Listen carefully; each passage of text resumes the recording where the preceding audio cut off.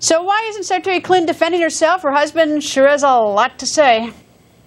Not a single solitary fact has been adduced that she has done anything wrong. That's why there should be an investigation, and if the Clintons haven't done anything wrong, they should not be afraid of transparency. Deputize me, and I'll get it done in 6 months. People should live to be as honest as she is. If Hillary Clinton is indeed the most honest woman in America, and the FBI says that's true, then she'll be elected president. Our panel is here, National Journal columnist Ron Fournier and chief political correspondent for the Washington Examiner, Byron York. Byron, you're first. Well, I think Bill Clinton really failed at trying to explain this. I mean, he pulled out all of the sort of things he used to say in the 90s, that there's a conspiracy out there that's trying to bring us down, and that we, Bill and Hillary Clinton, are being held to a different standard than anybody else. He tried to say these things, and yet they keep stumbling over issues of themselves and money, just like Hillary Clinton did when she said they were dead broke. Bill Clinton said, well, you know, we've taken almost no capital gains. It's been hundreds of thousands or millions of dollars in capital gains that they have actually claimed in the past several years. So they keep stumbling on the issue of their own finances. You know, Ron, Governor made a point about how it's not just, I mean, if it were just Fox News, you know, that would be probably a good defense, like it's just Fox News going after me and maybe someone who wrote this book as an axe to grind too. But it is the New York Times and Washington Post that's been hammering her a little bit.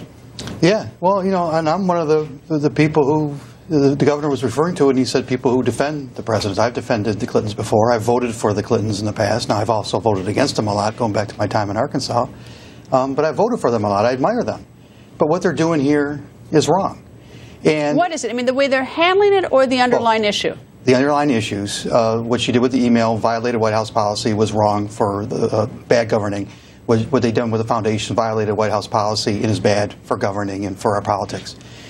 I think she's getting some lousy political advice. Lousy political advice. They're looking at this like it's the 1990s, when the Clintons and other campaigns could identify a very small number of reporters, maybe a dozen, who were the gatekeepers, and their editors, another dozen or 2 dozen, and they could schmooze them, they could intimidate them, they could bully them, they could bore them, they could play them. And I was one of them. They could play the mainstream media long enough and ride out the issue.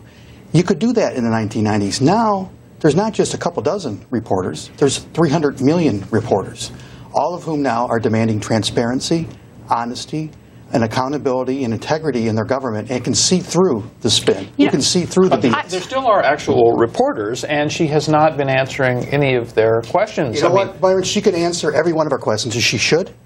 But if she thinks that just by spinning her way out of it and coming up with cute sound bites and coming up with the right word, but the way the public sees whether she's spinning or not is she comes out and she actually answers questions. That's not enough. That's a good start.